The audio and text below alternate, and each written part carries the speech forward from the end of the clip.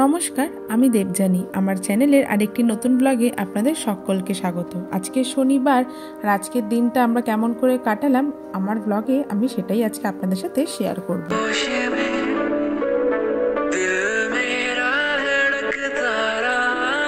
আমি আজকে একটু সকাল সকাল ঘুম থেকে উঠেছি। মাম্মা ওর বাবা ঘুমোচ্ছে, আর এত বৃষ্টি হচ্ছে বাইরে, দেখো সারা ঘরময় জামা কাপড় মেলে রেখেছি।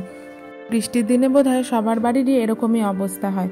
অর্ণ প্রথমে বলেছিল অফিস যাবে না, কিন্তু হঠাৎ ফোন আসাতে ও অফিস যাবে বলল, তাই কোনো তরকারি করতে পারিনি, শুধু রুটি আর একটু চা করে দিয়েছিলাম ওকে। এই ব্রেকফাস্টে খেয়ে ও অফিস চলে গেল। একটু চা বেঁচে গেছিল, আমি সেটা খেয়ে নিলাম।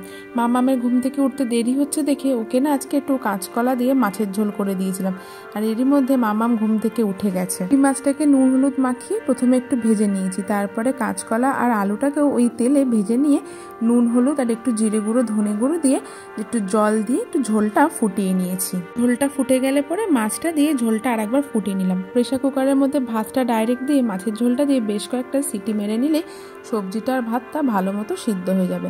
মাম্মামকেও আমি এদিকে স্নান করিয়ে ফ্রেশ করে দিয়েছি। আর এই দেখো মাম্মামের মাছের ঝোল রেডি হয়ে গেছে। এখন প্রায় 12:30 মতো বাজছে, তাই ওকে ব্রেকফাস্ট না করিয়ে ডাইরেক্ট একদম খাবারই খাইয়ে দিলাম। আর এদিকে আমাদের রান্নাটাও একটু বসিয়ে দিলাম। আজকে না একটু কাতলা মাছের কালিয়া বানিয়েছিলাম। রেসিপিটা তোমাদের সাথে পরে রিলসে শেয়ার করে দেবো। জানো তো, আমার মা সবসময় বলে এক তরকারি ভাত খেতে না, তাই জন্য কাতলা মাছের কালিয়ার সাথে একটু বেগুন ভাজা করলাম। অনেক দিন বাদে একটু বেগুন ভাজা খাচ্ছি। সাথে এইদিকে কাতলা মাছের কালিয়াটাতে দইটা দিয়ে ভালো করে মশলাটা কষিয়ে নিয়ে ভেজে রাখা মাছগুলো দিয়ে দিলাম। সবার আগে অর্ণবকে খেতে দিলাম। ও অফিস থেকে এসে গেছে, আর সকালে তো সেরকম কিছু ব্রেকফাস্ট করেনি, তাই জন্য সব কিছু কাজকর্ম করছি ঠিক আছে, কিন্তু জানো তো মামামের শরীরটা না আবার খারাপ হয়েছে। মাঝে মাঝে ঘুম থেকে উঠে একটু এরকম হাসছে খেলছে, আবার কিছুক্ষণ বাদে কাঁদতে কাঁদতে নিজেই ঘুমিয়ে পড়ছে। ওকে কিছুতেই কাম ডাউন করতে পারছি না। ইনফেকশনটা বোধহয় একটু কমেছে, তার কারণ হচ্ছে লুজ মোশনটা কমেছে, কিন্তু না নাক থেকে সমানে জল পড়ে যাচ্ছে, মানে ওর সর্দিটা একটু কমছে আবার হয়ে যাচ্ছে।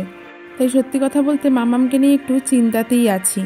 দিল্লিতে সাধারণত কখনো এত বৃষ্টি হয় না, কিন্তু এবারে দেখছি প্রচুর বৃষ্টি হচ্ছে। আর এই দেখো সবসময় তো ওকে এরকম আমাকে পায়ে দুলিয়ে দুলিয়ে ঘুম পাড়াতে হচ্ছে। সন্ধেবেলাতেও আবার ঘুমিয়ে গেছে, আর সেই সময়তে ওর বাবা গেছিল বাজার থেকে একটু ফুচকা নিয়ে আসলো। আসলে আমি একটু মন খারাপ করে বসেছিলাম বলে আরও ফুচকাটা নিয়ে এলো। ফুচকাটা প্লেটের মধ্যে ঢেলে নিয়ে দুজনে খেতে বসে গেছি। তার কারণ হচ্ছে মামাম এখন ঘুমোচ্ছে, আর ও যদি আমাদেরকে ফুচকা খেতে দেখে ও বায়না করবে খাওয়ার জন্য। বাজারে একটা দোকান আছে, ওই দোকানটা থেকে স্পেসিফিক্যালি আমি ফুচকা খাই, আর বাকি অন্য কোনো জায়গা থেকে দিল্লিতে আমি ফুচকা খাই না। তার কারণ হচ্ছে ওই দোকানটাতে অনেকটা আমাদের কলকাতার মতো ফুচকাটা বানায়। আর ইতিমধ্যে দেখছি মামা ঘুম থেকে উঠে গেছে। ও কি করছে, যখন শরীরটা একটু ভালো থাকছে তখন এরকম পুতুল নিয়ে সব কিছু নিয়ে খেলে বেড়াচ্ছে। এই দেখো আবার হাঁচি দিচ্ছে। সুযোগ পেয়ে ওর বাবা একটু নখ কেটে দিচ্ছিল, তারপরে এত কান্নাকাটি করছিল যে বাধ্য হয়ে এই সন্ধেবেলাতে আমরা ওকে নিয়ে ছাদে গেছি। আর ছাদে গিয়ে দেখছো একটু খুশি আছে, বোধহয় সর্দির জন্য না ওর একটু সাফোকেশন টাইপের হচ্ছে। ছাদে গিয়ে একটু খোলামেলা পেয়েছে বলে বোধহয় ওর একটু আরাম হচ্ছে। ওই দেখো সব সময়তে ওর নাক ঝরে যাচ্ছে, আর ওর বাবা সবসময়তে ওর নাক পুছে যাচ্ছে। ছাদ থেকে এসে গেছি, এবার রাতের খাওয়া দাওয়া আমরা করব, মামামকেও খাওয়াবো। চলো আজকের ভিডিওটা তবে এখানেই শেষ করি। দেখা হবে আবার কাল আরেকটি নতুন ভিডিওতে। সকলে ভালো থেকো, সুস্থ থেকো, সকলকে টাটা।